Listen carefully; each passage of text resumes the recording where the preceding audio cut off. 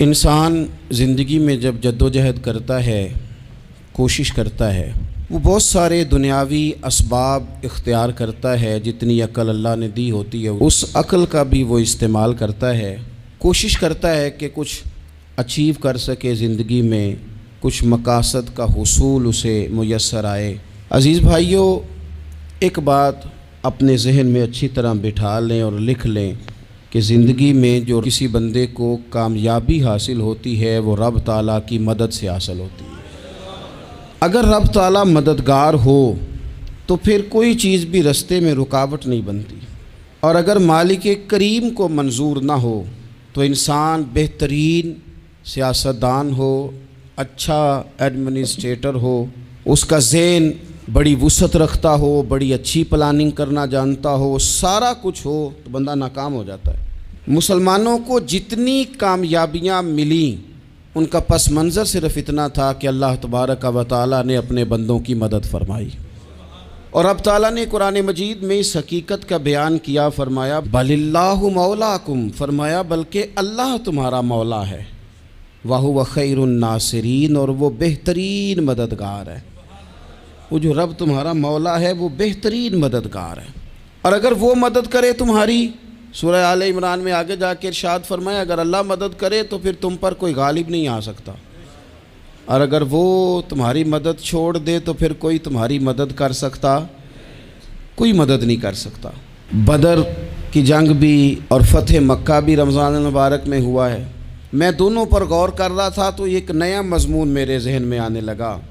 بدر کی جو جنگ ہے اس میں بھی ایک عجیب انقلاب آیا ہے کہ 313 نے 1000 سے مقابلہ کیا، اور جن 1000 سے مقابلہ کیا وہ اسلحے سے لیس تھے، اور یہ جو 313 ہیں ان کے پاس 6 زرہیں، 8 تلواریں، چند گھوڑے، لیکن اللہ نے کامیابی دی تو خود رب نے بیان کیا کس طرح دی، فرمایا وَلَقَدْ نَصَرَكُمُ اللَّهُ بِبَدْرٍ وَأَنْتُمْ أَذِلَّةٌ۔ وہ کامیابی اس طرح ملی ہے کہ رب نے تمہاری مدد کی تھی، تم تو کمزور تھے، اللہ نے بدر میں تمہاری مدد کی، تم جیت گئے۔ وَلَقَدْ نَصَرَكُمُ اللَّهُ بِبَدْرٍ وَأَنْتُمْ أَذِلَّةٌ، اللہ نے بدر میں تمہاری مدد کی، تم تو کمزور تھے۔ پھر فتح مکہ نصیب ہوئی تو اس میں بھی بہترین منصوبہ بندی نبی پاک علیہ السلام نے فرمائی، بہترین حکمت عملی حضور نے اپنائی، لیکن ہمیں جو اللہ رسول نے بات سمجھائی وہ کیا ہے؟ اذا جاء نصر اللہ والفتح، فرمایا جب اللہ کی مدد آئی اور فتح نصیب ہو گئی۔ یہ اللہ نے مدد فرمائی تمہاری، یہاں بھی فتح مکہ بھی اللہ کی مدد سے، جنگ بدر بھی اللہ کی مدد سے۔ وہ جو مدد ہے اللہ تعالیٰ کی، جب وہ ہم یہ کرتے ہیں کہ ہم اپنی ساری زندگی سیاست کی نظر کر دیں، ہماری سیاست صرف ملک میں نہیں ہوتی، ہماری سیاست خاندان میں بھی ہوتی ہے، ہم گھر کے اندر بھی سیاست کرتے ہیں، ہم کسی خاص طریقے سے لوگوں کو اپنے پیچھے چلانا چاہتے ہیں، ہم ایک خاص اسلوب اختیار کرتے ہیں کہ لوگ ہمارے پیچھے چلیں۔ اس کا نقصان ہمیں یہ ہوتا ہے کہ سیاست جو ہوتی ہے یہ شطرنج کے ہیر پھیر کی طرح ہوتی ہے، تو اس کے راز بڑی جلدی کھلنے لگ جاتے ہیں، پتہ چل جاتا ہے کہ بندہ مخلص نہیں تھا، سیاست کر رہا تھا، طریقے سلیقے سے اس نے جوڑ کے رکھا ہوا تھا۔ ہم ہر جگہ سیاست کے بل بوتے پر چیزوں کو لے کے چلنا چاہتے ہیں، سیاستیں ناکام ہو جاتی ہیں، سیانے لوگ فیل ہو جاتے ہیں، بچتا صرف وہی ہے جس کے پیچھے رب تعالیٰ کی مدد شامل حال ہوتی ہے۔ اپنی زندگی کے اندر ہم جو کچھ بھی کر رہے ہیں، جس شعبے سے بھی ہمارا تعلق ہے، آج ہم نے اس بات پہ غور کرنا ہے کہ پہلے تو یہ غور کر لیں کہ جو کام ہم کر رہے ہیں کیا وہ کام ایسا ہے کہ اس میں اللہ کی مدد ہمیں ملے گی؟ اگر آپ کوئی معاذ اللہ ناجائز کام کر رہے ہیں، فعل حرام کا ارتکاب کر رہے ہیں، تو اس میں تو مدد الہی آئے گی نہیں۔ پہلے تو یہ دیکھیں جو کر رہے ہیں وہ کام مدد الہی والا ہے، اور اگر اللہ تعالیٰ کی مدد والا وہ کام ہے پھر اس پر غور کریں کہ کیا ہم نے مالک سے مدد کا سوال کیا ہے، ہمیں مدد میسر آ رہی ہے۔ وہ میں نے بزرگوں سے ایک بات سنی تھی، وہ بڑی یاد رہ گئی۔ وہ فرمایا کرتے تھے قابلیت بھی بڑی چیز ہے لیکن قبولیت سب سے بڑی چیز ہے۔ قابل ہونا بھی بڑی بات ہے لیکن زیادہ بڑی بات یہ ہے کہ اس کی بارگاہ میں قبول بھی ہے کہ نہیں۔ اپنی زندگی میں اللہ کی مدد کی طرف بڑھیں، مالک کی مدد کا حصول اختیار کرنے کی کوشش کریں، اللہ کے ساتھ اپنے آپ کو جوڑیں۔ اگر اللہ کی مدد نصیب ہو، یہ جو ہم جتنا ڈرتے رہتے ہیں، سہمے رہتے ہیں، پریشان رہتے ہیں کوئی کیا کر دے گا، ہمارے ہاں نا ہر شعبے میں معاذ اللہ ایک مافیا ہے، الا ماشاء اللہ۔ وہ مافیا کہتا ہے میرے ساتھ ملو گے تو میں چلنے دوں گا، ورنہ میں نہیں چلنے دوں گا، مارکیٹ میں آ ہی نہیں سکتا فلانا بندہ، چونکہ یہاں ہمارا قبضہ ہے۔ اور میرے بھائی پھر بہت سارے لوگ جن کی نیتیں اور ارادے بڑے اچھے ہوتے ہیں شروع میں، وہ بھی اس مافیا کا شکار ہو جاتے ہیں اور ان کے رنگ میں رنگ جاتے ہیں۔ یاد رکھنا، کسی شخص کی بلیک میلنگ کا کبھی شکار نہ ہونا، کبھی کسی کی میٹھی اور مسجع مکفہ باتوں کا شکار نہ ہونا۔ کوئی کیا کر سکتا ہے اگر اللہ مددگار ہو تو؟ جس کو رب کریم اٹھانا چاہے اسے کوئی گرا سکتا ہے؟ ہم یہ ڈرے ڈرے سہمے پریشان فیصلہ کرنے کی طاقت نہیں، مجھے چلنا چاہیے کہ نہیں، اٹھنا چاہیے کہ نہیں، کرنا چاہیے، اٹھ باندھ کمر کیوں ڈرتا ہے؟ پھر دیکھ خدا کیا کرتا ہے۔ حضرت عبداللہ ابن عباس فرماتے ہیں میرے نبی پاک علیہ السلام نے میری تربیت فرمائی، حضور نے میری تربیت فرمائی، اور محبوب پاک علیہ السلام نے فرمایا عبداللہ یاد رکھنا، یہ نوجوان دوست میری بات لکھ لیں، پریشان لوگ میری بات لکھ لیں، جن کے پاس قوت فیصلہ نہیں وہ اس بات کو لکھ لیں۔ حضرت عبداللہ ابن عباس فرماتے ہیں میرے نبی پاک علیہ السلام نے مجھ سے فرمایا تھا عبداللہ سن، اگر ساری دنیا مل کے تیرا کوئی نفع کرنا چاہے کر نہیں سکتی جب تک میرے رب کی رضا نہ ہو، اور فرمایا ساری دنیا مل کے تیرا کچھ بگاڑنا چاہے تو عبداللہ بگاڑ نہیں سکتی جب تک رب کریم کی حکمت کا تقاضا نہ ہو۔ لوگوں سے ڈرنا، لوگوں کی طرف دیکھنا، ماحول دیکھ کے اپنے راہ کا تعین کرنا، ہر بندے کے خیالات کے مطابق ڈھلنے کی کوشش کرنا، فلانا نہ ناراض ہو جائے، فلانا نہ ناراض ہو جائے، وہ جس نے ہونا ہو جائے، بس رب رسول ناراض نہ ہو۔ اپنی زندگی میں اپنے مالک کو مولا جان کے، بل اللہ مولاکم، اللہ تمہارا مولا ہے، وَهُوَ خَيْرُ النَّاصِرِينَ، وہ بہترین مددگار ہے۔ توجہ جب بھی کریں رب کی جانب کریں، اپنے دل کا قبلہ درست رکھیں، سوچوں کے زاویے سیدھے رکھیں۔ میرے بھائی مالک جب بندوبست کر دے نا، جب مالک بندوبست کر دے پھر ایسا بندوبست کرتا ہے کہ لوگوں کے پاس نا چارہ نہیں رہتا۔ حضرت مریم رضی اللہ تعالی عنہا پاک باز تھیں، مسجد میں رہی تھیں، پر مالک کی حکمت کے تقاضے بڑے عجیب ہیں نا۔ پھر جناب مریم کو اللہ تعالیٰ نے بغیر شوہر کے اولاد عطا کر دی۔ یہ بات ہی ایسی تھی، وہ کسی نے کہا تھا کہ مخلوق تو فنکار ہے اس درجہ کے پل بھر میں سنگے در کعبہ سے بھی اصنام تراشے، تم کون ہو کیا چیز ہے داغ کبابی، لوگوں نے تو مریم پہ بھی الزام تراشے۔ تو لوگوں نے کہا کدھر سے لے آئی بچہ، تیرا باپ تو ایسا نہیں تھا، کہاں سے لے آئی؟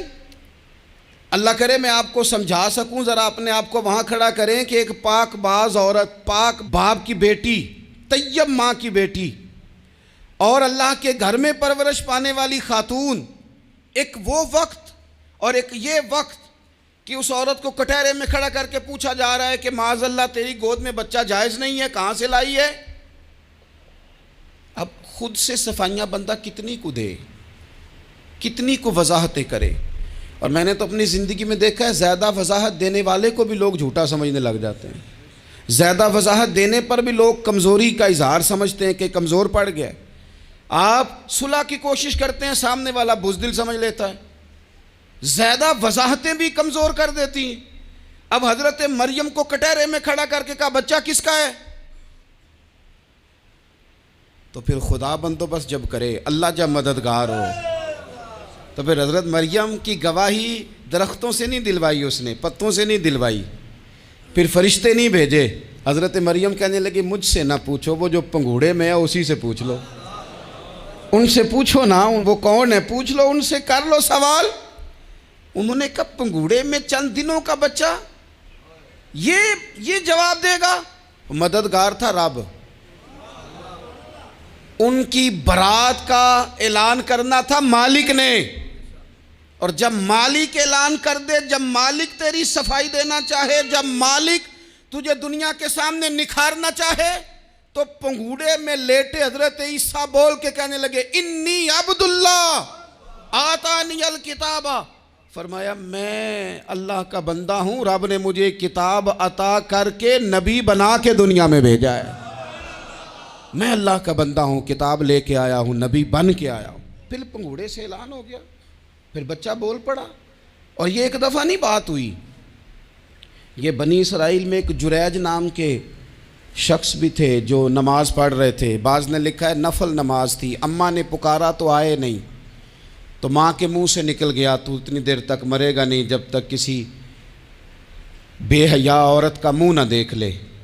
تو وہ عبادت گزار تھے، لیکن لوگوں نے ان کی عبادت، ریاضت، پرہیزگاری کو نہیں دیکھا، بس ایک عورت کو بھیج کے الزام لگوا دیا۔ وہ عورت آیا جایا کرتی تھی، اب آ جاتی ہیں عورتیں، مسئلہ پوچھنے کی نیت سے بھی آ جاتی ہیں۔ ماحول میں کچھ جگہ ایسی بھی ہیں جہاں عورتیں دم کرانے کے بہانے آ جاتی ہیں۔ وہ خاتون آتی جاتی تھی اس خانقاہ پہ، آستانے پہ، یہ بخاری میں موجود ہے، پھر اس نے کہا میری گود میں جو بچہ ہے یہ انہی کا ہے۔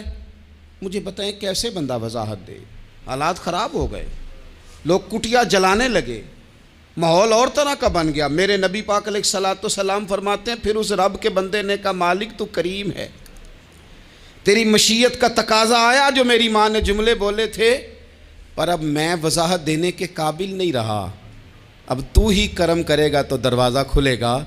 تو وہ چند دنوں کا بچہ پنگوڑے میں بول کے کہنے لگا میں اس درویش کا نہیں، میں تو فلانے چرواہے کا بچہ ہوں، وہ جو بکریاں چراتا ہے۔ رب کی مدد کو پکاریں، اپنے ساتھ اپنے مالک کی مدد کو شامل کریں، تھوڑے رزق پر بھی گزارا اچھا ہونے لگ جائے گا۔ سارے لوگ آپ کو گرانے کی تدبیریں کر رہے ہوں گے اور مالک آپ کو عزتیں عطا فرما دے گا، اس کی بارگاہ سے حکمت کا تقاضا اور ہو جائے گا۔ ہم نے ساری زندگی لوگوں کو راضی کرنے میں گزار دی، ساری زندگی بڑھاپا آ گیا بچوں کو پالتے، اور بچوں نے آخری عمر میں کہہ دیا ابا اگر کوئی ڈھب کا کام کر لیتے تو آج ہمارے دن بھی پھر نہ جاتے۔ ساری زندگی گزار دی بہن بھائیوں کو راضی کرنے میں، ساری زندگی گزار دی ذمہ داریاں اٹھانے میں، ان کو 99 دفعہ دیا، ایک دفعہ نہیں دیا تو انہوں نے کہہ دیا تو نے تو کبھی دیا ہی نہیں، تو تھا ہی نہیں۔ ساری زندگی محلے داروں، علاقے والوں کو راضی کرنے میں گزار دی۔ اور میں نے ایسے لوگ بھی دیکھے دین کے لیے وقت گزارا، لیکن جب بڑھاپے میں دانت کام نہ کرتے تھے تو وقت کے مفتیوں کو بھی مسجدوں کی کمیٹیوں نے کہہ دیا اب آپ کی سمجھ نہیں آتی، ہم نے خطیب کو یور رکھنا ہے، نہ دیکھو دنیا کی طرف، دنیا رلا دیتی ہے، نہ راضی کرو بندوں کو، بندے تھکا دیتے ہیں، نہ پیچھے بھاگو ہر وقت دنیا داروں کے، یہ انسان کو کمزور کر دیتے ہیں۔ وہ تو کریم ہی بڑا ہے، 2 آنسو زمین پر بعد میں گرتے ہیں، بندے کے گناہ سارے پہلے معاف فرما دیتا ہے۔ اللہ کی مدد کا حصول، اپنے مالک کی مدد کی طرف بڑھنا، آپ کو بدر کی جنگ بھی یہی درس دے گی، آپ کو احد کا میدان بھی یہی سبق دے گا، فتح مکہ بھی یہی سبق دے گا۔ میرے دوستو جب رب مدد فرمائے، جب اللہ مددگار بنے، دوستوں سے ایک بات اکثر کرتا ہوں، میں کہتا ہوں کہ جتنے درد سے آپ امیر کو اپنی کہانی سناتے ہیں نا، اور جس طرح آپ کے آنسو بات کرنے سے پہلے گر جاتے ہیں کہ غریب ہیں، بچیاں ہیں، کاروبار نہیں، او میرے سنگیو، اس سے آدھے آنسو اپنے رب کی بارگاہ میں بکھیرو، اس کے حضور عرض گزار ہو جاؤ، اس سے طلب کرو۔ ایک وقت انسان پر زندگی میں ایسا آتا ہے کہ اسے یوں محسوس ہوتا ہے کہ میرا سایہ بھی ذرا سا پیچھے ہٹ گیا ہے، اسے یوں لگتا ہے کہ میں کسی سہارے پہ ہاتھ ڈالتا ہوں تو وہ بھاگ جاتا ہے مجھ سے، لیکن مالک کی بارگاہ ایسی عظیم بارگاہ ہے، رب رسول کے آستانے اتنے بڑے ہیں کہ آپ جب وہاں کشکول طلب دراز کرتے ہیں تو جھولی پھیلانے میں دیر لگتی ہے، ان کو بھرنے میں تو کوئی دیر نہیں لگتی۔ ہم نے اپنا سوچ کا قبلہ ہی دنیا کو بنا لیا ہے۔ یہ جو اللہ والوں کی مدد ہے یہ تو یعنی اللہ ہی کی مدد ہے، لیکن یہ جو سیٹھوں کی طرف توجہ کرنا، نوابوں کی طرف توجہ کرنا، دنیا داروں کی طرف توجہ کرنا، اور اپنا مزاج اس طرح کا بنا لینا، یارو گردن کو جھکا دیتا ہے خیرات کا پتھر، جہاں میں مانگنے والوں کے سر کبھی اونچے نہیں ہوتے۔ اور اقبال کہتے ہیں غیرت ہے بڑی چیز جہان تگ و دو میں، پہناتی ہے یہ فقر کو تاج سردارا۔ میں عرض کروں گا کہ اپنی آپ جب توجہ کا قبلہ اللہ رسول کو بنائیں گے تو رب فرماتے ہیں وَيَرْزُقْهُ مِنْ حَيْثُ لَا يَحْتَسِبُ، میں نہ تجھے وہاں سے رزق دوں گا جہاں سے کبھی تیرا گمان بھی نہیں گیا ہوگا، یہاں سے بھی مل سکتا ہے، تو نے سوچا بھی نہیں ہوگا۔ بخاری شریف میں حدیث ہے، حضرت جابر ابن عبداللہ فرماتے ہیں نبی پاک صلی اللہ علیہ وسلم نے 300 لوگوں کا ایک لشکر روانہ کیا کسی مہم کے لیے، کسی جہاد کے لیے۔ حضرت ابو عبیدہ بن جراح رضی اللہ تعالیٰ عنہ امیر لشکر تھے۔ فرماتے ہیں غربت اتنی زیادہ تھی، بھوک اتنی زیادہ تھی کہ ایک ایک کھجور دن میں ایک وقت کھانے کو ملتی تھی، اور کچھ دن ایسے آئے کہ اب کھجور بھی نہیں مل رہی۔ فرماتے ہیں اتنی زیادہ بھوک لگی مجاہدین کو 300 بندہ پتے کھا کے گزارا ہونے لگ گیا۔ یہ بخاری میں موجود ہے۔ آپ فرماتے ہیں کہ دریا کے کنارے ہمارا پڑاؤ تھا، ٹھہراؤ تھا، جب بھوک سے نڈھال ہو گئے نا وَيَرْزُقْهُ مِنْ حَيْثُ لَا يَحْتَسِبُ، اللہ وہاں سے روزی دیتا ہے، گمان بھی نہیں ہوتا۔ فرماتے ہیں ایک مچھلی اللہ تعالیٰ نے دریا کے کنارے بھیجی، فرماتے ہیں وہ تھی تو مچھلی پر پہاڑ جتنی تھی۔ بخاری میں لفظ ہیں، حضرت جابر ابن عبداللہ رضی اللہ تعالیٰ عنہ فرماتے ہیں 300 آدمی 18 دن تک اس مچھلی کو کھاتے رہے، مچھلی ختم ہی نہیں ہوئی۔ مچھلیاں نہیں، مچھلی کہتے ہیں 18 دن 300 بندہ کھاتا رہا، مچھلی ختم ہی نہیں ہوئی۔ اور فرماتے ہیں کہ اس کی ہڈی نکال کے، کانٹا کہیں گے آپ اپنی زبان میں، کہتے ہیں وہ نکال کے نا تو اس کو کھڑا کیا نا جب، تو اونٹ کجاوے سمیت اس کے بیچ سے گزر جاتا تھا، 2 اس کے کانٹے جوڑے۔ فرماتے ہیں وہ اس کا گوشت ہم کھاتے تھے اور اس کی چربی بطور تیل کے ہم جسموں پہ ملتے تھے، بیماروں کو اس سے سکون آتا تھا، تندرستی شفا ہوتی تھی۔ فرماتے ہیں ہم کھایا بھی ہم نے، اور کچھ لے کے ہم مدینے بھی گئے، اور قربان جائیں نبی پاک نے بھی اس میں سے کھایا۔ ہم نے عرض کی حضور یہ معمہ کیا ہے، یہ ماجرا کیا ہے؟ تو محبوب نے فرمایا تمہارے پاس غذا نہیں تھی، رب نے تمہارے لیے بندوبست کیا ہے، اللہ نے تمہیں دیا ہے۔ مکان شروع کر لیا، ایک صاحب نے وہ مکان بنانے لگے، آپ وہ حساب لگا رہے ہیں، کہتے ہیں میرے پاس اتنے پیسے ہیں، اتنے میں نے فلانے دوست سے کہنا ہے اس نے دے دینے، اتنے فلانے رشتہ دار سے کہنا ہے اس نے دے دینے، اتنے فلانے سے کہنا ہے اس نے دے دینے۔ یہ ساری کاپی بنا کے مکان شروع کر لیا۔ جو روز کہتا تھا نا کوئی حکم ہو جاتے 10، سب سے پہلے اس کو کہا میاں پیسے چاہیے دین، وہ کہندا ہو کل ہی منڈا ٹوریا ہے، کدے تو پرسوں 10 داتے لب جانے سن۔ میں آپ کو اپنے تجربے کی بات بتا رہا ہوں۔ جن لوگوں کا خیال ہوتا ہے نا کہ آپ سٹارٹ کریں فلانا کام، ہم آپ کے ساتھ ہیں، اللہ کا ہی کوئی نظام ہے، وہ بالکل بھی نہیں ساتھ ہوتے۔ لیکن ایسا نہیں ہے کہ کوئی ساتھ نہیں ہوتا، اللہ تعالیٰ بڑے اسباب پیدا کرتا ہے، وہاں سے دیتا ہے جہاں سے گمان بھی۔ ہمارا یہ ذہن بن جاتا ہے ہم ساری اپنے حساب سے چلتے ہیں، اتنے رشتہ داروں سے اتنے، کون آپ کے ساتھ چلے گا؟ سوال ہی نہیں پیدا ہوتا۔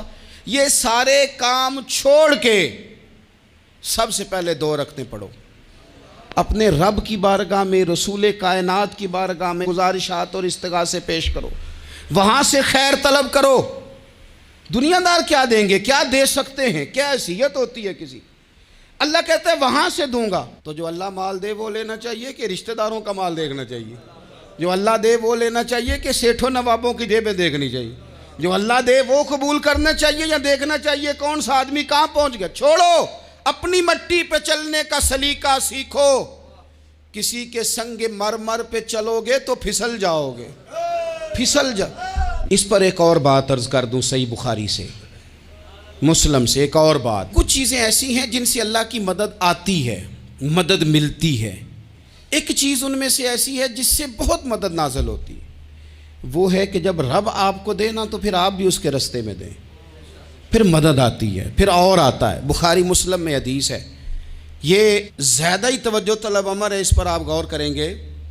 حضرت ابو ہریرہ فرماتے ہیں کہ نبی پاک علیہ السلام نے فرمایا ایک شخص نے بادلوں کے اندر سے آواز سنی کہ فلاں آدمی کا کھیت اور باغ خشک ہو گیا ہے، وہاں برسو اور اس کے کھیت کو سیراب کرو۔ وہ بڑا حیران ہوا کہ بادل سے آواز آ رہی۔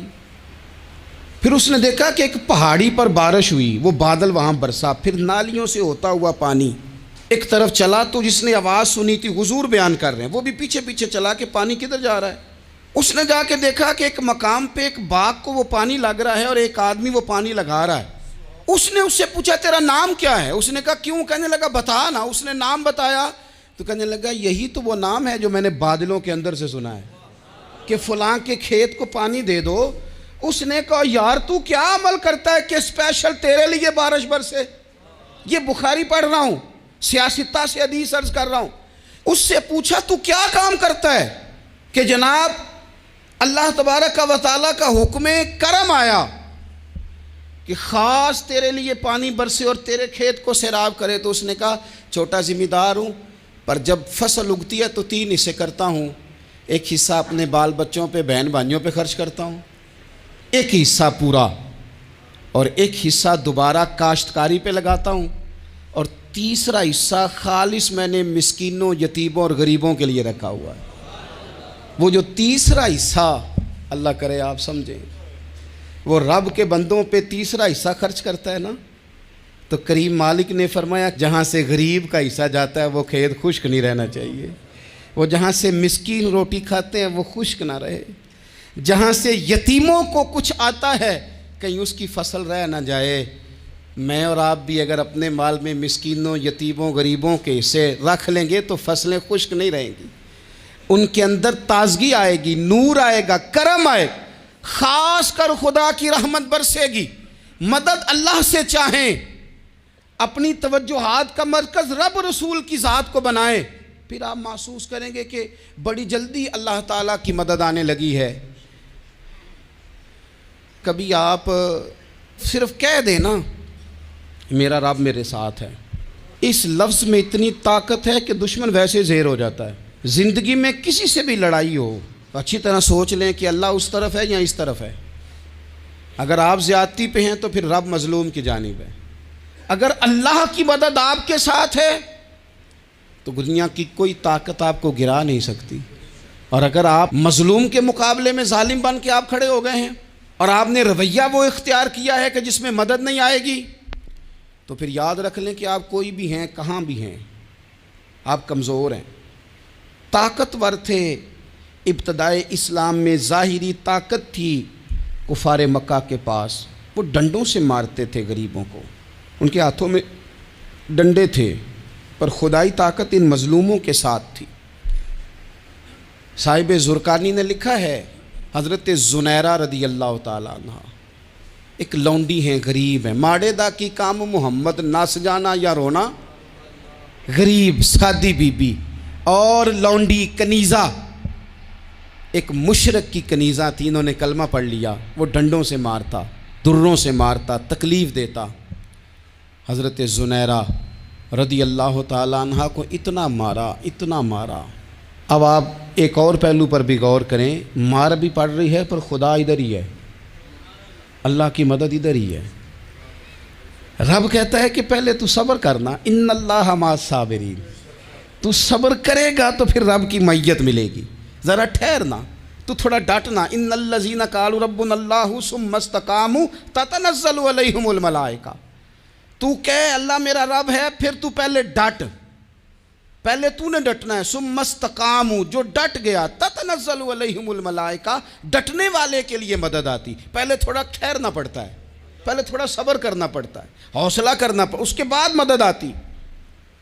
مار پڑ رہی ہے، مارا جا رہا ہے حضرت زنیرہ کو، ان کا مالک جو ہے ظاہری آقا وہ مار رہا ہے، یہ کنیزہ ہے، اتنا مارا اتنا مارا، ان کی بینائی چلی گئی، نظر آنا بند ہو گیا۔ ابو جہل آیا اور کہنے لگا زنیرہ دیکھا نا ہمارے بت تیری آنکھیں لے گئے، معاذ اللہ، لات و منات ہمارے بتوں نے تجھے اندھا کر دیا۔ اب ایسا نہیں ہے کہ بی بی روتی جا رہی ہے، روتی جا رہی ہے، مایوسی مایوسی، معاذ اللہ، پریشانی، غریبی بڑی ہے، پوچھنے والا کوئی نہیں، یہ باتیں نہیں۔ کیا جملے ہیں خاتون کے، کیا لفظ ہیں۔ ابو جہل نے تنزیہ کہا، معاذ اللہ، کہنے لگا دیکھا نا ہمارے بتوں نے تجھے اندھا کر دیا۔